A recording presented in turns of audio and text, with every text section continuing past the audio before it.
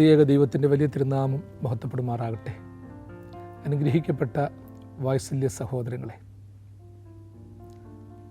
സങ്കീർത്തന മാതിരിയുടെ 90-ാം എപ്പിസോഡിലേക്ക് ഏവരെയും ഹൃദ്യമായി സ്വാഗതം ചെയ്യുന്നു.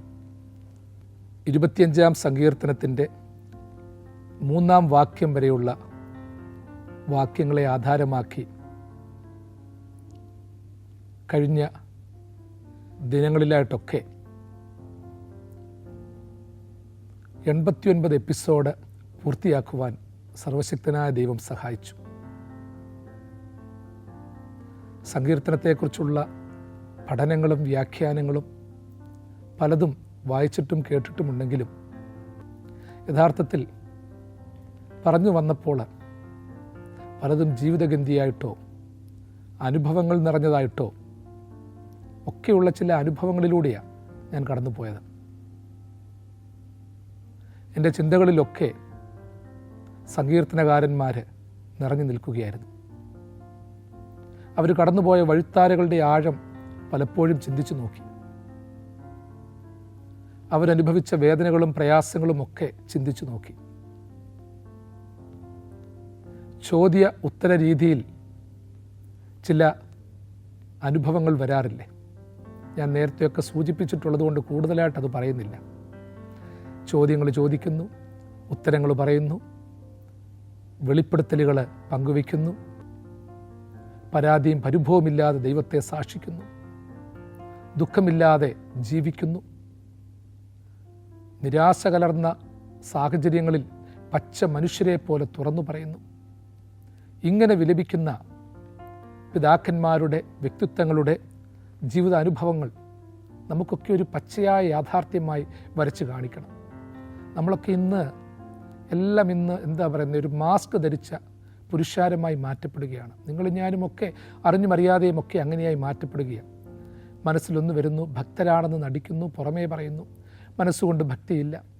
പ്രാർത്ഥിക്കുന്നെന്ന് പറയുന്നു, യഥാർത്ഥത്തിൽ പ്രാർത്ഥനയില്ല. എല്ലാവരുടെയും നന്മ കാംക്ഷിക്കുന്നെന്ന് പറയുന്നു, ഒരുവൻ്റെ പോലും നന്മ ആഗ്രഹിക്കുന്നില്ല. ഇങ്ങനെയൊക്കെയൊരു മാസ്കിംഗ് പീപ്പിൾ നമ്മളായിത്തീരുകയാണ്. മറ്റുള്ളവരോട് നമ്മുടെ ജീവിതത്തിലെ വീഴ്ചകളുടെ അനുഭവം തുറന്നു പറയാൻ ആരും തയ്യാറാകുന്നില്ല. പലരുടെയും പല കാര്യങ്ങൾ വരുമ്പോൾ നമ്മളൊക്കെ ന്യായാധിപന്മാരും വിധികർത്താക്കളുമായിട്ട് മാറ്റപ്പെടുകയാണ്. അയ്യോ, ദൈവത്തെക്കുറിച്ച് അങ്ങനെ ചിന്തിച്ചോ, നീ പറഞ്ഞോ, നിനക്ക് ദോഷം കിട്ടും, നിനക്ക് എങ്ങനെ പറയാൻ പറ്റി? ഇങ്ങനെ കാഠിന്യത്തിൻ്റെ ന്യായാധിപത്യത്തിൻ്റെ വാളുകൾ ഉയർത്തുന്ന പലരും നമ്മളുടെ ഇടയിലുണ്ട്. എന്നാൽ സങ്കീർത്തനക്കാരൻ്റെ പഠനം അങ്ങനെയല്ല. സങ്കീർത്തനകാരന്മാർ ഓരോന്നും പരാതിയോടുകൂടി ദൈവത്തോട് ചോദിക്കുന്നു. ദൈവമേ, എന്നെ കൈവിട്ടത് എന്താ? എൻ്റെ സ്വരം കേൾക്കാതിരുന്നത് എന്തുകൊണ്ടാണ്? വലിയ ചോദ്യങ്ങൾ ചോദിക്കുന്നുണ്ട്. നമ്മൾ ഓരോന്നും എടുത്തെടുത്ത് പറഞ്ഞിട്ടുണ്ട്. അതിൻ്റെ മധ്യത്തിലും അവർക്ക് കിട്ടിയ ചില ഉൾക്കാഴ്ചകളുണ്ട്. നമ്മൾ ചിലപ്പം പറയത്തില്ലയോ, തുറന്നു പറയുന്ന മനുഷ്യർ തുറന്നു പറയാത്തവരെക്കാളൊക്കെ ഒത്തിരി നല്ലവരാണ്. ചില മനുഷ്യരുടെ മനസ്സിലൊന്നുമില്ല, ചിന്താധാരയിലൊന്നുമില്ല, വളരെ നിഷ്കളങ്കരാണ്. അവരുടെ ഉള്ളിലുള്ളതൊക്കെ അവർ തുറന്നു പറയും. ചിലരൊക്കെ കറ്റുവെച്ചുകൊണ്ടിരിക്കുന്നവരുണ്ട്, കാഠിന്യം വെച്ചുകൊണ്ടിരിക്കുന്നവരുണ്ട്, ഒന്നും പറയത്തില്ല. ചിലരെപ്പോഴും പറയുന്ന ചില കാര്യങ്ങളുണ്ട്. നന്മ ഏതാ തിന്മ ഏതാ തിരിച്ചറിയാൻ പറ്റത്തില്ല, ശത്രുവാര് മിത്രമാരെന്നറിയാൻ പറ്റത്തില്ല. അങ്ങനെയുള്ളൊരു സാഹചര്യത്തിലൂടെ കടന്നു പോകുന്നുണ്ട്. ഇവിടെ ഓർത്തോണം, നമ്മളെ പച്ച മനുഷ്യരായി, സാധുത്വമുള്ളവരായി, ഹൃദയവിശാലതയുള്ളവരാക്കി തീർക്കുവാൻ സങ്കീർത്തനങ്ങളിലൂടെയുള്ള പ്രയാണം നമ്മളെ സഹായിക്കും. നേരത്തെ നമ്മൾ പറഞ്ഞതുപോലെ ജീവിതത്തിൻ്റെ ബാക്കി പത്രത്തിൽ ചിലതൊക്കെ ശേഷിപ്പിക്കുവാനും കോറിയിടുവാനുമുള്ള അനുഭവങ്ങൾ എനിക്കും നിങ്ങൾക്കുമുണ്ടാകും. 25-ാം സങ്കീർത്തനത്തിൻ്റെ 3 വാക്യങ്ങളാണ് കഴിഞ്ഞ ലാസ്റ്റ് 3 എപ്പിസോഡുകളിൽ നമ്മൾ പങ്കുവച്ചത്. 90-ാം എപ്പിസോഡിൽ 4-5 വാക്യങ്ങൾ വായിക്കുകയാണ്. 25-ാം സങ്കീർത്തനം. യഹോവേ, നിൻ്റെ വഴികൾ എന്നെ അറിയിക്കണമേ, നിൻ്റെ പാതകൾ എനിക്ക് ഉപദേശിച്ചു തരണമേ, നിൻ്റെ സത്യത്തിൽ എന്നെ നടത്തി എന്നെ പഠിപ്പിക്കണമേ. നീ എൻ്റെ രക്ഷയുടെ ദൈവമാകുന്നുവല്ലോ. ദിവസം മുഴുവനും ഞാൻ നിനക്കായി കാത്തിരിക്കുന്നു. ദിവസം മുഴുവനും ഞാൻ നിനക്കായി കാത്തിരിക്കുന്നു. ദൈവത്തെങ്കിലേക്ക് മനസ്സുയർത്തുന്ന ഒരു ഭക്തൻ്റെ ചിന്താധാരകൾ കടന്നു പോകുകയാണ്. നമ്മൾ കഴിഞ്ഞ ആഴ്ചകളിൽ വായിച്ചു, യഹോവേ, നിങ്കിലേക്ക് ഞാൻ മനസ്സുയർത്തുന്നു, എൻ്റെ ദൈവമേ, നിന്നിൽ ഞാൻ ആശ്രയിക്കുന്നു. ഞാൻ ലജ്ജിച്ചു പോകരുതേ. എൻ്റെ ശത്രുക്കൾ എൻ്റെ മേൽ ജയം ഘോഷിക്കരുതേ. നിന്നെ കാത്തിരിക്കുന്ന ഒരുവനും ലജ്ജിച്ചു പോകുകയില്ല. കാരണം കൂടാതെ ദ്രോഹിക്കുന്നവർ ലജ്ജിച്ചു പോകും. അതിനുശേഷം ഒരു പുതിയ ഉൾക്കാഴ്ചയിലേക്ക് വരികയാണ്. മറ്റു കാര്യങ്ങളൊക്കെ പറഞ്ഞതിന് ശേഷം നമ്മൾ പറയത്തില്ലയോ, ഘട്ടം ഘട്ടമായ വെളിപ്പെടുത്തല, ആത്മീക വെളിപ്പെടുത്തല. യഹോവേ, നിൻ്റെ വഴികൾ എന്നെ അറിയിക്കണമേ. യഹോവയുടെ വഴികൾ ഏതാണ്? യഹോവയുടെ വഴികൾ എങ്ങനെയുള്ളതാണ്? യഹോവേ, നിൻ്റെ വഴികൾ എന്നെ അറിയിക്കണമേ. നമ്മൾ പറയാറുണ്ട്, ദൈവത്തിൻ്റെ വഴികൾ ആർക്കും അറിഞ്ഞുകൂടാ.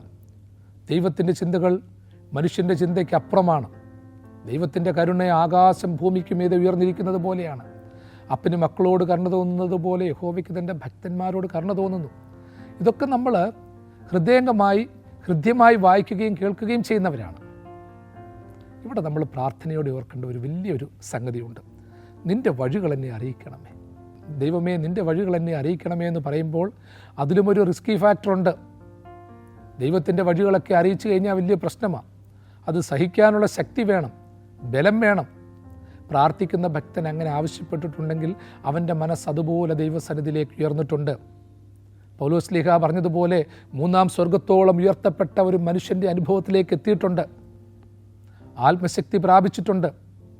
അല്ലാത്തവരെ സംബന്ധിച്ച്, സാധാരണമായി ചിന്തിക്കുന്നവരെ സംബന്ധിച്ച് ദൈവത്തിൻ്റെ വഴികൾ അറിയിക്കണമെന്ന് പറയാൻ പെട്ടെന്ന് പറ്റത്തില്ല. ഇവിടെ 2 രീതിയിലാണ് ദൈവത്തിൻ്റെ വഴികൾ അറിയിക്കണമെന്ന് പറയുന്നത്. ഒന്നാമതായി, ദൈവത്തിൻ്റെ മനസ്സറിഞ്ഞ് അവനോടൊപ്പം യാത്ര ചെയ്യുന്ന ഒരു തികഞ്ഞ ഭക്തൻ്റെ അനുഭവത്തോടെ നിൻ്റെ വഴികൾ എന്നെ അറിയിക്കണമേ എന്ന് പറയുന്നു. 2, ഒരു വലിയ പശ്ചാത്താപിയുടെ മനസ്സോടെ, ദൈവമേ, എനിക്കൊന്നും അറിഞ്ഞുകൂടാ, ഞാൻ ആകപ്പാടെ ഭാരപ്പെട്ട് നിൽക്കുകയാണ്, മുമ്പോട്ട് നീങ്ങാൻ എനിക്ക് അറിഞ്ഞുകൂടാ, ജീവിതത്തിന് ഒരുപാട് ബാധ്യതകളുണ്ട്, ഭാരങ്ങളുണ്ട്, ഞാൻ എങ്ങും അറിയാതെ നിൽക്കുകയാണ്, കൂരിരുളിൻ്റെ താഴ്വരയിൽ, മരണനിഴലിൻ്റെ താഴ്വരയിൽ ഞാൻ ഒറ്റപ്പെട്ടു പോയിരിക്കുകയാണ്, അതുകൊണ്ട് എനിക്കൊന്നും അറിഞ്ഞുകൂടാ, അതുകൊണ്ട് ദയവ് ചെയ്ത് നിൻ്റെ വഴിയൊന്ന് അറിയിച്ചു തന്നാട്ട് എന്നുള്ള ഒരു യാചക ഭക്തൻ്റെയും, മനസ്സ് തകർന്നു പോയൊരു ഭക്തൻ്റെയും സ്വരം ഇതിൻ്റെ അകത്തിലുണ്ട്. വീണ്ടും അവിടെ കൊണ്ട് തീരുന്നില്ല. യഹോവയുടെ വഴികൾ അറിയിക്കണമെന്ന് പറയുമ്പോൾ നമ്മൾ പറയത്തില്ലയോ, ഒരാളുടെ ഒരു ഡെയിലി റുട്ടീൻ നമ്മളെ അറിയിക്കണമെന്ന് പറയുമ്പോൾ, അല്ലെങ്കിൽ ഒരാളുടെ ഭക്ഷണ ക്രമീകരണങ്ങൾ നമ്മളെ അറിയിക്കണമെന്ന് പറയുമ്പോൾ, നമ്മൾക്ക് ചില കാര്യങ്ങൾ ചെയ്യാനുണ്ട്, അവർക്ക് വേണ്ടി ചെയ്തു തീർക്കാനുണ്ട്, അതിനുവേണ്ടിയുള്ള തയ്യാറെടുപ്പുകൾ നടത്താറുണ്ട്. എത്ര മണിക്ക് വരുമെന്ന് ഒരാളോട് ചോദിക്കുമ്പോൾ അതിനുവേണ്ടി നമ്മൾ കാത്തിരിക്കേണ്ടതുണ്ട്. ഏതുവഴിയാണ് പോകുന്നതെന്ന് പറയുമ്പോൾ ഓർത്തോണം, ഭരണാധികാരികൾ പോകുന്നു. ചിലപ്പോൾ പ്രസിഡൻറ്റും പ്രധാനമന്ത്രിയും ഒക്കെ വരുമ്പോൾ അവർ പോകുന്ന വഴിത്താരകൾ, അവരുടെ ആ ഒരു റൂട്ട് മാപ്പ് പലപ്പോഴും മാറ്റിവിടും. പെട്ടെന്നൊക്കെ ആയിരിക്കും മാറ്റുന്നത്. അതുമായിട്ട് ബന്ധപ്പെട്ട് നിൽക്കുന്ന ഏറ്റവും പ്രധാനപ്പെട്ട ഉദ്യോഗസ്ഥർക്ക് മാത്രമേ ഇതറിയത്തുള്ളൂ. ഒരേ സമയം പല ഫോഴ്സിനെയാണ് തയ്യാറാക്കി നിർത്തുന്നത്. ലാസ്റ്റിൽ തിരഞ്ഞെടുക്കുന്നത് ആ ഫോഴ്സിന് മാത്രമേ അറിയത്തുള്ളൂ, മറ്റേ ഫോഴ്സിന് അറിയണമെന്നില്ല. പക്ഷേ തയ്യാറെടുത്ത് നിൽക്കുന്ന 3 ഫോഴ്സുകൾ ഉണ്ടെങ്കിൽ ആ 3 ഫോഴ്സുകളും ഇതുവഴിയാണ് പ്രധാനമന്ത്രി, പ്രസിഡൻറ്റ് വരുന്നതെന്ന് പറഞ്ഞ് നോക്കി നിൽക്കും. കാരണം ഏതു വഴി വന്നാലും ഒരു കുഴപ്പവുമില്ലാതെ കടത്തിവിടും. അപ്പോൾ ദൈവത്തിൻ്റെ വഴികൾ അറിയിക്കണമെന്ന് പറയുമ്പോൾ ആ വഴിക്ക് വേണ്ടി ഒരു പിന്നണി പോകാനുള്ള ഒരു തയ്യാറെടുപ്പാണോ സങ്കീർത്തനക്കാരൻ നടത്തുന്നത്? നിൻ്റെ വഴികൾ അറിയിക്കണമെന്നുണ്ടെങ്കിൽ ഞാനും ദൈവമേ അനുയാത്ര നടത്താമെന്നൊരു സമ്മതമാണോ? ഞാനങ്ങനെ ചിന്തിച്ചു പോകുകയാണ്. സങ്കീർത്തനക്കാരൻ പറയുക, ദൈവമേ നിൻ്റെ വഴികൾ എന്നെ അറിയിക്കണമെന്ന് പറയുമ്പോൾ നിരാശപ്പെട്ടു പോയവൻ്റെ കണ്ണുനീര് മാത്രമല്ല, ഒരുക്കത്തോടെ ജീവിക്കുന്നവൻ്റെ ആ ഒരുക്കത്തിൻ്റെ നിറവ് മാത്രമല്ല, അവനോടൊപ്പം അനുയാത്ര ചെയ്യുവാനുള്ള ഒരു ഭക്തൻ്റെ നിലവിളിയും അവിടെയുണ്ട്, താല്പര്യവും അവിടെയുണ്ട്. അതുകൊണ്ടാണ് പറയുന്നത്, നിൻവരവിൽ മുന്നണിയിൽ നിന്നിടണേ ഞാൻ, വാഴ്ത്തി വാഴ്ത്തി നിന്നിടുമേ നിൻവരവിനായി, എന്നുമേഘേ വന്നു കാണും രക്ഷകനെ ഞാൻ, നോക്കി നോക്കി കാത്തിടുമേ നിൻവരവിനായി, നിൻവരവിൽ മുന്നണിയായി നിന്നിടണേ ഞാൻ. എന്തോ ഒരു പ്രതീക്ഷയോടെയുള്ള വാക്കാണ്. വാഴ്ത്തിയിടുന്നു വാഴ്ത്തിയിടുന്നു വാഴ്ത്തിയിടുന്നു ഞാൻ, എൻ്റെ രക്ഷകനെ നന്ദിയോടെ വാഴ്ത്തിയിടുന്നു ഞാൻ, എൻ്റെ രക്ഷകനെ നന്ദിയോടെ വാഴ്ത്തിയിടുന്നു ഞാൻ. ഒരു വലിയൊരു ഒരുക്കമാണ്. ദൈവം എന്ന് വാനമേഘയെ വന്ന് കാണും, അതിനുവേണ്ടി എനിക്ക് കാത്തിരിക്കണം. നിൻ്റെ വരവിൽ മുൻനിരയിൽ നിൽക്കണം, അവിടെ ഞാൻ വാഴ്ത്തി വാഴ്ത്തി നിൽക്കും. ഭക്തൻ എങ്ങനെ പ്രാർത്ഥിച്ചെങ്കിലും എനിക്കും നിങ്ങൾക്കും ഏത് മുൻനിരയിൽ നിൽക്കാൻ പറ്റുമെന്ന് അറിഞ്ഞുകൂടാ. പക്ഷേ ഏത് നിരയിൽ നിന്നാലും വാഴ്ത്തി നിൽക്കുകയാണ്. നമ്മുടെ ഗുണഘടകങ്ങൾ, ദൈവമേ ഞാൻ നിന്നോട് ഒത്തിരി പ്രാർത്ഥിച്ചു, നന്മകൾ ചെയ്തു, മറ്റുള്ളവരെ സഹായിച്ചു എന്നൊന്നും പറഞ്ഞുകൊണ്ട് നിൽക്കാനുള്ള യോഗ്യതയില്ല, അർഹതയില്ല. മറ്റൊന്നും ദൈവത്തോട് സംസാരിക്കാനും നമുക്കറിയണമെന്നില്ല. വാഴ്ത്തേ വാഴ്ത്തേ നിന്നിടണേ നിൻ വരവിൽ ഞാൻ, നിൻ്റെ വരവിൽ വാഴ്ത്തിക്കൊണ്ട് നിൽക്കുകയാണ്. അതുകൊണ്ട് തന്നെ വീണ്ടും പാട്ടുകാരൻ പാടി, സ്തുതി ചെയ്മനമേ നിത്യവും നിൻ ജീവനാഥേനേശുവേ, ഇതുപോൽ സ്വജീവൻ തന്നൊരാത്മാ സ്നേഹിതൻ വേറാരിനി, ഇതുപോൽ സ്വജീവൻ തന്നൊരാത്മാ സ്നേഹിതൻ വേറാരിനി, മരണാധികാരി ആയിരുന്ന ഘോരനാം പിശാചിനെ മരണത്തിനാലെ നീക്കി മൃത്യു ഭീതി തീർത്ത നാഥനെ, ബഹുദൂതരുച്ച നാഥമോടെ വാഴ്ത്തിടുന്ന നാഥനെ, ബഹുദൂതരുച്ച നാഥമോടെ വാഴ്ത്തിടുന്ന നാഥനെ. നമ്മൾ ആലോചിക്കണം, സ്തുതിയും ബലവും മാനവും അർപ്പിക്കാൻ അവൻ യോഗ്യനാണ്. സങ്കീർത്തനക്കാരൻ പറയുമ്പോൾ ഞാൻ ചുരുക്കി പറയട്ടെ, യഹോവേ നിൻ്റെ വഴികൾ എന്നെ അറിയിക്കണമേ. ഒരുക്കത്തോടും പ്രാർത്ഥനയോടും ധാർമ്മികതയോടും ജീവിക്കുന്ന, സ്ഥിരതയോടെ ജീവിക്കുന്ന ഒരു ഭക്തൻ്റെ ആത്മശക്തിയുടെ നിർവചനം അതിലുണ്ട്. ദൈവമേ നിൻ്റെ വഴികൾ എന്നെ അറിയിക്കണമേ എന്ന് പറയുമ്പോൾ എല്ലാ രീതിയിലും മനസ്സ് തകർന്നു പോയ, പേടിച്ചു പോയ, എങ്കിലും ദൈവത്തെ അവസാനത്തോളം പിന്തുടരണമെന്ന് ആഗ്രഹിക്കുന്ന ഒരു ഭക്തനുണ്ട്. ആ ഭക്തൻ പറയുകയാണ്, കർത്താവേ ലോകത്തിലെല്ലാം എതിരായി എനിക്കാരുമില്ല, നിൻ്റെ വഴിയൊന്ന് അറിയിച്ച് തരണമേ, അറിയിക്കാതെ ഞാൻ എങ്ങനെ ജീവിക്കുമെന്നുള്ള ഒരു കണ്ണുനീരിൽ കുതിർന്ന ഒരു അനുഭവമുണ്ട്. ദൈവമേ നിൻ്റെ വഴി എന്നെ അറിയിക്കണമേ എന്ന് പറയുമ്പോൾ നിനക്കനിയാത്ര ചെയ്യണമെന്ന് ആഗ്രഹിക്കുന്ന ഒരു ഭക്തൻ്റെ പ്രാർത്ഥനയുണ്ട്. നീ എവിടെ പോയാലും നിന്നെ ഞാൻ അനുഗമിക്കുമെന്ന് പറയുന്ന ഒരു ഭക്തൻ്റെ പ്രാർത്ഥനയുണ്ട്. കർത്താവിൻ്റെ അടുക്കൽ വന്നൊരു പ്രിയപ്പെട്ടവൻ പറഞ്ഞില്ലേ, കർത്താവേ നീ എവിടെ പോയാലും നിന്നെ ഞാൻ അനുയാത്ര ചെയ്യും, അനുഗമിക്കും. കുറുനരികൾക്ക് കുഴിയും പറവയ്ക്ക് ആകാശവും പാമ്പുകൾക്ക് മാളവുമുണ്ട്, മനുഷ്യപുത്രന് തലചായ്പാൻ ഇടമില്ല. ചിലപ്പോൾ ഇങ്ങനെയുള്ള സ്വരങ്ങളൊക്കെ കേൾക്കും. എങ്കിലും ഭക്തൻ പറയുകയാണ്, കർത്താവേ നിന്നെ അനുയാത്ര ചെയ്യാൻ എനിക്ക് ഒത്തിരി താല്പര്യമാണ്. കർത്താവേ നിൻ സുവിശേഷത്തിൽ പരമിടുങ്ങിയ പാതകളിൽ വീഴാതെന്നെ നയിക്കണമേ, വിജയാനുഗ്രഹമേകണമേ. കർത്താവേ നിൻ സുവിശേഷത്തിൽ പരമിടുങ്ങിയ പാതകളിൽ സിദ്ധന്മാരുടെ കാൽപ്പാടിൽ വീഴാതെന്നെ നയിക്കണമേ. അനുയാത്ര ചെയ്യുക എന്ന് പറയുന്നത് ഒരു വലിയ അനുഭവമാണ്. ഒരുവൻ എൻ്റെ പിന്നാലെ വരുവാൻ ഇച്ഛിച്ചാൽ അവൻ തന്നെത്താൻ ത്യജിച്ച് തൻ്റെ ക്രൂശ് എടുത്തുകൊണ്ട് എൻ്റെ പിന്നാലെ വരട്ടെ. ഒരുവൻ എൻ്റെ പിന്നാലെ വരുവാൻ ഇച്ഛിച്ചാൽ അവൻ തന്നെത്താൻ ത്യജിച്ച് തൻ്റെ ക്രൂശ് എടുത്തുകൊണ്ട് എൻ്റെ പിന്നാലെ വരട്ടെ. കർത്താവിൻ്റെ ക്രൂശ് എടുത്തുകൊണ്ട് പിന്നാലെ പോകുവാൻ താല്പര്യമുള്ളവനെ കർത്താവിനെ അനുയാത്ര ചെയ്യാൻ പറ്റത്തുള്ളൂ. അങ്ങനെയുള്ളവനെ കർത്താവിൻ്റെ റൂട്ട് മാപ്പ് തേടാനുള്ള അവകാശമുള്ളൂ.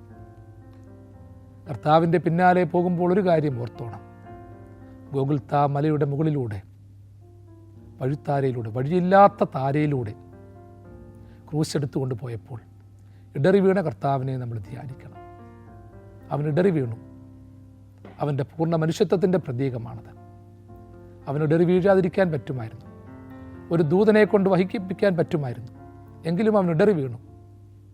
അവനായിരുന്ന അവസ്ഥയിൽ നിന്നുകൊണ്ട് തന്നെ അവൻ തളർന്നു വീണ് കഴിഞ്ഞപ്പോൾ യഹൂദന്മാർ കുറേനക്കാരനായ ശീമോനെ കൊണ്ട് ആ ക്രൂശ് ചുമപ്പിച്ചു. ചിലപ്പോൾ ചോദിക്കാറുണ്ട്, എൻ്റെ കർത്താവേ നീ എന്തുകൊണ്ടാണ് നിന്നെ അനുയാത്ര ചെയ്യാൻ ആഗ്രഹിച്ച അനേകരുടെ മുൻപിൽ തളർന്നു വീണപ്പോൾ നീ കുരിശെടുക്കാൻ മറ്റാരെയും, നിനക്ക് തുല്യമായ നിന്നെ പിന്തുടരുന്ന സിദ്ധിയുള്ളവരെ ആരെയും വിളിച്ചു വരുത്താതെ നീ കുറേനക്കാരനായ ശീമോനെ കൊണ്ട് വഹിക്കാൻ അനുവദിച്ചത് എനിക്കും നിങ്ങൾക്കും വേണ്ടി മാത്രമായിരുന്നു. അവൻ്റെ സ്നേഹത്തിൻ്റെ പൂർണ്ണതയായിരുന്നു, മനുഷ്യത്വത്തിൻ്റെ പൂർണ്ണതയായിരുന്നു. ആ മനുഷ്യത്വത്തിൻ്റെ പൂർണ്ണതയിൽ കുറേനക്കാരനായ ശീമോനെ അവൻ അനുയാത്ര ചെയ്യുവാൻ അനുവദിച്ചു. ആ കുറേനക്കാരനായ ശീമോൻ്റെ അനുയാത്ര പോലെ ക്രൂശെടുത്തതുപോലെ ചില സമയത്ത് ചില കുരിശെടുക്കുവാനൊക്കെ എന്നെ നിങ്ങളെ ചുമതലപ്പെടുത്തും. അനുദിന ജീവിതത്തിൽ കർത്താവിനെ അനുയാത്ര ചെയ്യുന്നവൻ, സത്യത്തെ അനുയാത്ര ചെയ്യുന്നവൻ പല കുരിശുകളും വഹിച്ചെന്നിരിക്കും, പല ത്യാഗങ്ങളും സഹിച്ചെന്നിരിക്കും. അതിനുവേണ്ടിയുള്ള തയ്യാറെടുപ്പ് ഉള്ളവൻ ദൈവത്തോട് ചോദിക്കാം, കർത്താവേ, നിൻ്റെ പാതകൾ എന്നെ അറിയിക്കണമേ. ചില മനുഷ്യരൊക്കെ നിരാശപ്പെട്ടു പോകുന്നാറുണ്ട്, വേദനകൾ അനുഭവിക്കാറുണ്ട്, കുഞ്ഞുങ്ങളുടെ വിവാഹമാകാറുണ്ട്, തലമുറകൾ എങ്ങനെയായി തീരുമെന്ന് ചിന്തിക്കാറുണ്ട്. ഇതൊക്കെയുണ്ട്. മഹാകവി കുമാരനാശാൻ ഡോക്ടർ എൻ പൽപ്പുവിൻ്റെ ജീവിതാനുഭവത്തെക്കുറിച്ച് എഴുതിയ ചില വരികൾ, വളരെ പ്രസിദ്ധമായ ചില വരികളാണ്. ഡോക്ടർ പൽപ്പുവിനെക്കുറിച്ച് നമുക്കൊക്കെ അറിയാം. SNDP യോഗത്തിൻ്റെ ആദ്യകാല പ്രവർത്തകൻ, ശ്രീനാരായണ ഗുരുവിൻ്റെ ഉത്തമ ശിഷ്യൻ, നല്ലൊരു മനുഷ്യസ്നേഹി, അന്നത്തെ കാലത്ത് മെഡിക്കൽ ലൈസൻഷ്യേറ്റ് എടുത്ത വ്യക്തി. പക്ഷെ ഇതൊക്കെ എടുത്തെങ്കിലും നാരായണ ഗുരുവചനങ്ങളിൽ ആകൃഷ്ടനായ അദ്ദേഹം സമൂഹത്തിൻ്റെ നന്മയ്ക്ക് വേണ്ടി ഇറങ്ങി പുറപ്പെട്ടു. ഒരുപാട് നന്മകൾ ചെയ്തു. കുമാരനാശാൻ ഗുരുതുല്യനായിട്ടും സ്നേഹിതനായും കണ്ട വ്യക്തിയായിരുന്നു ഡോക്ടർ പൽപ്പു. ഇടയ്ക്കൊക്കെ ആ പഴയ തറവാടിൻ്റെ കോലായിൽ കുമാരനാശാനും ഡോക്ടർ പൽപ്പുവും ഇരിക്കും. പ്രായമായി വരുന്ന ആ ഡോക്ടർ പൽപ്പു എന്ന് പറയുന്ന മനുഷ്യസ്നേഹിയുടെ വീടിനുള്ളിൽ അദ്ദേഹം നോക്കാറുണ്ട്. പിഞ്ചി തുടങ്ങിയ തുണികൾ കൊണ്ടുള്ള കർട്ടനുകൾ, പെയിൻറ്റും മറ്റും ഇളകിപ്പോയ, അല്ലെങ്കിൽ സിമെൻറ്റും മറ്റും കുമ്മായവും മറ്റും ഇളകിപ്പോയ ഭിത്തികൾ. അപ്പോൾ ഇതിൻ്റെയൊക്കെ മധ്യത്തിലിരുന്നു കൊണ്ട് അവർ സംസാരിച്ചു കൊണ്ടിരിക്കുമ്പോൾ, പഴകിയ കസാലയിലിരുന്നു കൊണ്ട് സംസാരിക്കുമ്പോൾ അകത്ത് ശബ്ദങ്ങൾ കേൾക്കാം. കെട്ടിച്ചു വിടുവാൻ പ്രായമുള്ള പെൺമക്കളുണ്ട് അകത്ത്. ഭാര്യയുടെ ഉച്ചത്തിലുള്ള സ്വരം കേൾക്കാം. കുടുംബത്തിലെ പ്രതിസന്ധി കൊണ്ട് ജീവിതം താളത്തെറ്റിപ്പോയ പൽപ്പുവിൻ്റെ ജീവിത പങ്കാളിയുടെ സ്വരവും അമർത്തിയുള്ള മൂളലുകളും കേൾക്കാം. എന്താണ് പറയുന്നതെന്ന് പോലും അറിയാതെ ഘോഷിക്കുന്ന സ്വരങ്ങളും കേൾക്കാം. ആ ഒരു അനുഭവത്തിലിരുന്നുകൊണ്ട് കുമാരനാശാൻ എഴുതി, ഊനം വിട്ട ഗുണങ്ങളത്ര ഒരുവനുൾത്താരിൽ വർദ്ധിക്കുമോ, നൂനം ജീവിതമത്ര ദുസ്സഹമായിത്തീരുന്നു പാരിൽ സഖേ. ഊനം വിട്ട ഗുണങ്ങളത്ര ഒരുവനുൾത്താരിൽ വർദ്ധിക്കുമോ, നൂനം ജീവിതമത്ര ദുസ്സഹമായിത്തീരുന്നു പാരിൽ സഖേ. ഊനമില്ലാത്ത കളങ്കമില്ലാത്ത ഗുണങ്ങൾ ഒരു വ്യക്തിയിൽ എത്രമാത്രം വർദ്ധിക്കുന്നുവോ ജീവിതം അത്രമാത്രം ദുസ്സഹമായി തീരും. സർവേശ്വരനെ പിന്തുടരുവാൻ ആഗ്രഹിക്കുന്ന, അവനെ പിന്തുടരുമ്പോൾ മറ്റുള്ളവർക്ക് സ്നേഹിക്കുവാൻ വേണ്ടി വെമ്പുന്ന മനസ്സുള്ളവനൊക്കെ ആ രീതിയിലായി തീരും. അതിന് യാതൊരു സംശയവുമില്ല. ഇവിടെ വീണ്ടും പറയുകയാണ്, യഹോവേ, നിൻ്റെ വഴികൾ എന്നെ അറിയിക്കണമേ. യഹോവേ, നിൻ്റെ വഴികൾ എന്നെ അറിയിക്കണമേ. കർത്താവിൻ്റെ വഴി അനുയാത്ര ചെയ്യുന്ന ഒരു വിശ്വാസിയുടെ മനസ്സിൽ എപ്പോഴും ഉണ്ടാകണം, കർത്താവേ, നിൻ്റെ വഴി എന്നെ നീ എന്തിനാണ് അറിയിക്കുന്നത്? നിൻ്റെ വഴി അറിയിക്കുന്നത്, ദൈവമേ, ഞാൻ യാത്ര ചെയ്ത ഒത്തിരി വഴികളുണ്ട്, ആ വഴികളൊന്നും എന്നെ ലക്ഷ്യത്തിലെത്തിക്കുന്നില്ല എന്നുള്ള ഒരു തിരിച്ചറിവ് കൂടിയാണ്. എനിക്കൊത്തിരി വഴികൾ അറിയാം, പക്ഷേ ആ വഴികളൊക്കെ നല്ലതാണെന്ന് ഞാൻ പലപ്പോഴും ചിന്തിച്ചിട്ടുണ്ട്. എന്നാൽ ആ വഴിത്താരകൾ എന്നെ ലക്ഷ്യത്തിലെത്തിക്കത്തില്ല. ആ വഴിത്താരകൾ എന്നെ നാശത്തിലേക്ക് നയിക്കും. പാതാളത്തിലേക്കും നരകത്തിലേക്കുമുള്ള വിശാല വാതിലാണെന്ന് ഞാൻ ദൈവമേ തിരിച്ചറിയുന്നു. അതുകൊണ്ട് നിൻ്റെ വഴി എന്നെ തിരിച്ചറിയിക്കണം. ദൈവമേ, നിൻ്റെ വഴികൾ ഒത്തിരി വിശാലമായിട്ടെനിക്ക് വേണ്ട. അത് ഇടുക്കമുള്ളതാണ്, മുള്ളും ഞെരിഞ്ഞിലും നിറഞ്ഞതാണ്. എങ്കിലും ആ വഴിയിലൂടെ യാത്ര ചെയ്യാൻ എനിക്ക് ആഗ്രഹമുണ്ട്. അതിനുവേണ്ടി യാത്ര ചെയ്യുവാനുള്ള പാതുകമായി, പാതമായി നീ വർദ്ധിക്കണം. ഒരേ സമയം പാതേയവും പാദവുമായി നീ വർദ്ധിക്കണം. എങ്കിലേ നിൻ്റെ വഴിയിലൂടെ യാത്ര ചെയ്യുവാൻ എനിക്ക് പറ്റൂ എന്ന് പശ്ചാത്താപത്തോടെ എൻ്റെ സർവശക്ത ഞാൻ ഏറ്റുപറയട്ടെ. യഹോവേ, നിൻ്റെ വഴികൾ എന്നെ അറിയിക്കണം എന്ന് പറയുമ്പോൾ അതിലൂടെ മുൻകാലത്ത് യാത്ര ചെയ്തിട്ടുള്ള, നീ വഴി കാണിച്ചു കൊടുത്തിട്ടുള്ള അനേകരുടെ വഴിത്താരകൾ എനിക്കൊന്നുകൂടെ വെളിപ്പെടുത്തി തരേണ്ടിയിരിക്കുന്നു. അത് വായനയിലൂടെയും പഠനത്തിലൂടെയും മനനത്തിലൂടെയും ആർജവത്തിലൂടെയും പൂർണ്ണമായി പ്രാപിക്കാൻ എനിക്ക് പറ്റത്തില്ല. എൻ്റെ ബുദ്ധി കൊണ്ട് അതിനെ വിലയിരുത്താൻ പറ്റത്തില്ല. ഞാൻ ഏറ്റുപറയുകയാണ്, നിൻ്റെ പാതകൾ എനിക്ക് കാണിച്ചു തരണം. മുൻപിലൂടെ യാത്ര ചെയ്തിട്ടുള്ളവരുടെ ഓരോ വഴിത്താരകൾ, അവർ നാട്ടിയിട്ടുള്ള ചില ടേണിംഗ് പോയിന്റുകളുണ്ട്, അവർ നാട്ടിയിട്ടുള്ള ചില അടയാളങ്ങളുണ്ട്. ആ അടയാളങ്ങൾ ദൈവമേ നീ എനിക്ക് കാണിച്ചു തരണം. എൻ്റെ തമ്പുരാനെ, നിനക്ക് വേണ്ടി പെസഹ ഒരുക്കുവാൻ തക്കവണ്ണം തൻ്റെ ശിഷ്യന്മാരെ അയച്ചപ്പോൾ നീ അവർക്ക് കൊടുത്ത അടയാളം, വെള്ളം ചുമന്നുകൊണ്ട് കടന്നു പോകുന്ന ഒരു മനുഷ്യനെ നിങ്ങൾ കാണും, അവനെ നിങ്ങൾ പിന്തുടരണം. എൻ്റെ ദൈവമേ, വെള്ളം ചുമന്നുകൊണ്ടു പോകുന്ന വഴികാട്ടി അതിവേഗത്തിൽ പോകത്തില്ല എന്ന് എനിക്ക് ഉറപ്പുണ്ട്. അവൻ പതുക്കെ പോകത്തുള്ളൂ. കുടത്തിലെ വെള്ളം പോകാതെ, അവൻ വഴിതെറ്റി വീണു പോകാതെ, തളർന്നു പോകാതെ അവൻ സൂക്ഷിച്ചേ പോകത്തുള്ളൂ. പലപ്പോഴും ഇങ്ങനെയുള്ള വഴികാട്ടികളെ പിന്തുടരുവാൻ നമുക്ക് സാധിക്കാതെ പോയിട്ടില്ലേ?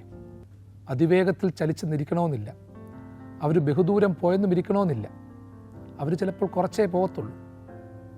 അങ്ങനെയുള്ള വഴികാട്ടികളുടെ പാത പിന്തുടർന്ന് നിൻ്റെ പാതയിലൂടെ പോകണമെന്നുണ്ടെങ്കിൽ അവരുടെ വേഗതയ്ക്കനുസരിച്ച്, ശൈലിക്കനുസരിച്ച് ഞാനും നിങ്ങളും പോയേ പറ്റൂ. വേഗത കുറച്ചേ പറ്റത്തുള്ളൂ. ദൈവമേ, ഞാൻ ആഗ്രഹിച്ച വഴികാട്ടികൾ അതിവേഗത്തിൽ ഓടുന്നവരും പറന്നു പോകുന്നവരും പല കാര്യങ്ങളും നേടിയവരുമാണെന്ന് തെറ്റായി ധരിച്ചിട്ടുണ്ടെന്ന് പശ്ചാത്താപത്തോടെ ഓർത്തു പോവുകയാണ്. നമ്മുടെയൊക്കെ ജീവിതത്തിൽ വേണ്ട ഒരു കാര്യം, നമ്മൾക്ക് വഴികാട്ടികളായി ദൈവം നിശ്ചയിക്കുന്നവർ ഒത്തിരി മിടുക്കന്മാരോ സമർത്ഥന്മാരോ ഒന്നും ആകണമെന്നില്ല. ചിലപ്പോൾ വെള്ളം ചുമന്നുകൊണ്ടു പോകുന്ന സാധാരണക്കാരായിരിക്കും, കഠിനാധ്വാനം ചെയ്യുന്ന കൂലിപ്പണിക്കാരായിരിക്കും, ചുമടെടുക്കുന്നവരായിരിക്കും. ഒത്തിരി ഭക്തന്മാരൊന്നും ആകണമെന്നില്ല. ഏതെങ്കിലും വീടുകളുടെ ഉള്ളറകളിൽ ആരും അറിയാതെ ജീവിക്കുന്നവരായിരിക്കും. ത്യാഗങ്ങൾ മാത്രം സഹിച്ചുകൊണ്ട് അവർ ജീവിക്കുന്നുവെന്ന് ലോകത്തെ അറിയിക്കാതെ ജീവിക്കുന്ന ചില വ്യക്തിത്വങ്ങളുമായിരിക്കും. അതൊക്കെയാണെന്ന് ഉറച്ചു വിശ്വസിച്ചു പോകുകയാണ്. തമ്പുരാനെ, നിൻ്റെ വഴിത്താരകളിലൂടെ നടത്തുവാൻ തക്കവണ്ണം പറയുമ്പോൾ നീ തരുന്ന വഴികാട്ടുകൾ മാത്രം മതി, നീ കാണിച്ചു തരുന്ന വഴികൾ മാത്രം മതി. വീണ്ടും അവിടെ പറയുകയാണ്, കർത്താവേ, നിൻ്റെ പാതകൾ എനിക്ക് ഉപദേശിച്ചു തരണമേ. കർത്താവിൻ്റെ പാതകൾ എനിക്ക് ഉപദേശിച്ചു തരണമേ. വഴികൾ അറിയിക്കണമേ എന്ന് പറഞ്ഞിട്ട് നിൻ്റെ പാതകൾ എനിക്ക് ഉപദേശിച്ചു തരണമേ. വഴികളും പാതകളും ഒന്ന് തന്നെയാണെന്ന് നമുക്ക് ചിലപ്പോൾ തോന്നിപ്പോകും. വഴി ഇത്രൂടെ വിശാലമാണ്, പെരുവഴികൾ ഒത്തിരി വിശാലമാണല്ലോ. പാതകൾ, നടപ്പാതകളുണ്ട്. ചിലപ്പോൾ വഴികൾ മാത്രമല്ല, ദൈവത്തിൻ്റെ വഴികൾ എന്ന് നമ്മൾ പറയുമ്പോൾ വിശാലമാണെന്നൊക്കെ നമ്മൾ ചിലപ്പോൾ തോന്നിപ്പോകും. ദൈവത്തിൻ്റെ വഴികൾ നമ്മൾ ചിന്തിക്കുന്നതിനപ്പുറമാണ്. പക്ഷേ ചിലപ്പോൾ പാതകളുമാകാം. വലിയ പെരുവഴികളിലൂടെ ചിലപ്പം പോകാം, നമുക്കിടർച്ച തോന്നുന്ന വഴികളിലൂടെ പോകാം, ചിലപ്പം നടപ്പാതകളിലൂടെയും പോകാം. നടപ്പാതകളിലൂടെയും പോയേ പറ്റത്തുള്ളൂ. അവിടെ വാഹനങ്ങളിൽ പോകാൻ പറ്റത്തില്ല, നടന്നു പോകാൻ ബുദ്ധിമുട്ടുണ്ടാകാം. ഈരടിപ്പാതകളാകാം, നടപ്പാതകളാകാം. ആ നടപ്പാതകൾ ഉപദേശിച്ചു തരണം. ദൈവമേ, നിൻ്റെ പാതകൾ എനിക്ക് ഉപദേശിച്ചു തരണം. വഴികൾ അറിയിക്കണമേ എന്ന് പറഞ്ഞിട്ട് പറയുക. അറിയിക്കുന്നതും ഉപദേശിച്ചു തരുന്നതും അതിന് രണ്ടിനും ഇച്ചിലൂടെ ഒരു ആഴമേറിയ തലമുണ്ട്. അറിയിക്കണമെന്ന് പറയുമ്പോൾ എന്നെ അറിയിപ്പിക്കണം, ആ കാര്യങ്ങളൊക്കെ എനിക്കൊരു എൻക്വയറിയാണ്. പക്ഷേ ഭക്തൻ ഇച്ചിലൂടെ കഴിഞ്ഞപ്പോൾ പിന്നെയും പറയുകയാണ്, കർത്താവെ, അറിയിച്ചിട്ട് മാത്രമല്ല, നീ അത് ഉപദേശിച്ച് തരണം. എന്നെ അറിയിച്ചു കഴിഞ്ഞാൽ ചിലപ്പോൾ ഞാൻ നിൻ്റെ വഴിയിലൂടെയാണ് പോകുന്നതെന്നും പറഞ്ഞുകൊണ്ട് വേറെ വഴിയിലൂടെയൊക്കെ പോകും. പക്ഷേ നീ എനിക്ക് ഉപദേശം തരണം, അതായത് എന്നെ ടീച്ച് ചെയ്യണം. You teach me with your divine grace, with your divine entity. ആ ഒരു മനോഭാവം എൻ്റെയും നിങ്ങളുടെയും ഒക്കെ മനസ്സിലുണ്ടാകണം. ദൈവമേ, നിൻ്റെ പാതകൾ ഉപദേശിച്ചു തരണം. ദൈവത്തിൻ്റെ പാത ദൈവം ആർക്ക് ഉപദേശിച്ചു കൊടുക്കും? സങ്കീർത്തനക്കാരന് ഹൃദയംഗമായിട്ട് പറയുകയാണ്, നിൻ്റെ പാതകൾ എനിക്ക് ഉപദേശിച്ചു തരണം. ഈ ലോകത്തിൽ പാത വെട്ടിയവർ ഒരുപാട് പേരുണ്ട്. ആ പാതയിലൂടെ നയിച്ചവരുമുണ്ട്. ചിലരൊക്കെ നയിച്ച പാതയിലൂടെ ചിലർ ഭീകരന്മാരായിപ്പോയി, മർദ്ദകന്മാരായിപ്പോയി, അഴിമതിക്കാരായിപ്പോയി. ചിലരൊക്കെ ഉപദേശിച്ച് ചിലരെ മനുഷ്യത്വമില്ലാത്തവരാക്കി മാറ്റി, റോബോട്ടുകൾക്ക് തുല്യമാക്കി മാറ്റി, നിരീശ്വര കൺസെപ്റ്റിലെത്തിച്ചു. ചില ഗുരുക്കന്മാർ ചെയ്തത് ചിലരൊക്കെ ആസക്തികളുടെ മറവിലാക്കിച്ചു. മറ്റു ചിലർ തെറ്റിനെ ശരിയെന്ന് പഠിപ്പിച്ചു. മറ്റുള്ളവരെ നിന്ദിച്ചും ശപിച്ചും കൊന്നും ഒരു റേഷ്യൽ ഡിസ്ക്രിമിനേഷൻ ചിലരുടെ ഇടയിലുണ്ടാക്കി. ഹിറ്റ്ലറെ പോലെയുള്ളവർ, ഈദി അമീനെ പോലെയുള്ളവർ എത്രയോ പേരെ കൊന്നൊടുക്കി. അതിൻ്റെ ഒരു അനുരണനങ്ങൾ ഇന്നും കിടക്കുകയാണ്. മതങ്ങളിലൂടെ പഠിപ്പിക്കുന്നു, സംസ്കാരങ്ങളിലൂടെ പഠിപ്പിക്കുന്നു, ആലോചനകളിലൂടെ പഠിപ്പിക്കുന്നു. ഇവരുടെയൊക്കെ ഉപദേശം കേട്ട് നമുക്ക് മടുത്തില്ലയോ പ്രിയമുള്ളവരെ? എൻ്റെ പ്രിയപ്പെട്ടവരെ, നിങ്ങൾ ഏത് സാഹചര്യത്തിലുമായിരിക്കുന്നവരായിട്ടോ വെച്ചോ, ചിലതിനൊക്കെ നമ്മൾ ഒത്തിരി ഉപദേശങ്ങൾ പലരോടും ചോദിച്ചിട്ടില്ലയോ? ദൈവമേ, നിൻ്റെ പാതകൾ ഉപദേശിച്ചു തരണമേ. അവിടെ നിരാശയും ദുഃഖവും ഇല്ലാത്തൊരു ഉപദേശം കാണും. ചിലപ്പോൾ ദൈവത്തിൻ്റെ ഉപദേശങ്ങൾ എന്നൊക്കെ പറയുമ്പോൾ മറ്റു ചിലരുടെ ഉപദേശം പോലെ ആകണമെന്നില്ല, സുഖിപ്പീരൊന്നും കാണണമെന്നില്ല, സംതൃപ്തിപ്പെടുത്തണമെന്നില്ല. നേരത്തേക്ക് നമ്മൾ പറഞ്ഞതുപോലെ ശാസനകളുണ്ടാകും, ശിക്ഷണങ്ങളുണ്ടാകും. നമുക്ക് ഇഷ്ടമില്ലാത്തതൊക്കെ പറഞ്ഞെന്ന് വരും, കടുപ്പിച്ച് പറഞ്ഞെന്ന് വരും. ഇതെല്ലാം ഉണ്ടാകും. എങ്കിലും നീ എൻ്റെ ഗുരുവാകണം. സർവശക്ത, നീ എൻ്റെ ഗുരുവാകണമേ. സർവശക്ത, നീ ഉപദേശിച്ച് നിൻ്റെ വഴിത്താരയിലൂടെ തന്നെ നടത്തണമേ, നിൻ്റെ പാതയിലൂടെ നടത്തണമേ. നിൻ്റെ വചനം എൻ്റെ കാലുകൾക്ക് വിളക്കും, എൻ്റെ ഊടുവഴികൾക്ക് പ്രകാശവുമാകുന്നു. ദൈവത്തിൻ്റെ വചനം കാലുകൾക്ക് വിളക്കായി, ഊടുവഴികൾക്ക് പ്രകാശമായി തീരണം. ആ ഒരു അനുഭവം നമ്മളുടെയൊക്കെ ജീവിതത്തിലുണ്ടാകുമ്പോൾ ജീവിതത്തിന് ഒത്തിരി വെളിച്ചമുണ്ടാകും. വെളിച്ചമില്ലാത്തവർക്ക് നമ്മൾ പാത വെട്ടും. ഈ ലോകത്തിൽ തന്നെ ആലോചിച്ചോണം. റോഡുകൾ ഒത്തിരി ഉണ്ടായി, വഴിത്താരകൾ ഒത്തിരി ഉണ്ടായി, അനുഭവങ്ങൾ ഒത്തിരി ഉണ്ടായി. ജീവിതം വിട്ട് പാതകൾ വെട്ടിയവരുണ്ട്. കർത്താവിന് വേണ്ടി പാത വെട്ടുന്നവരും വഴി കാണിക്കുന്നവരും കർത്താവ് കാണിച്ചു തരുന്ന പാതകളെ സ്വീകരിക്കുന്നവരുമായി തീരുവാൻ തക്കവണ്ണം ദൈവം നമ്മെ സഹായിക്കട്ടെ. 25-ാം സങ്കീർത്തനം 4-ാമത്തെ വാക്യം ഈ ചിന്താധാരകളെ പ്രോജ്വലിപ്പിക്കുവാൻ ഇടയാകട്ടെ. ദൈവം തന്നെ വലങ്കരം നീട്ടി നിങ്ങളെല്ലാവരെയും സദാകാലവും വാഴ്ത്തി അനുഗ്രഹിക്കുമാറാകട്ടെ.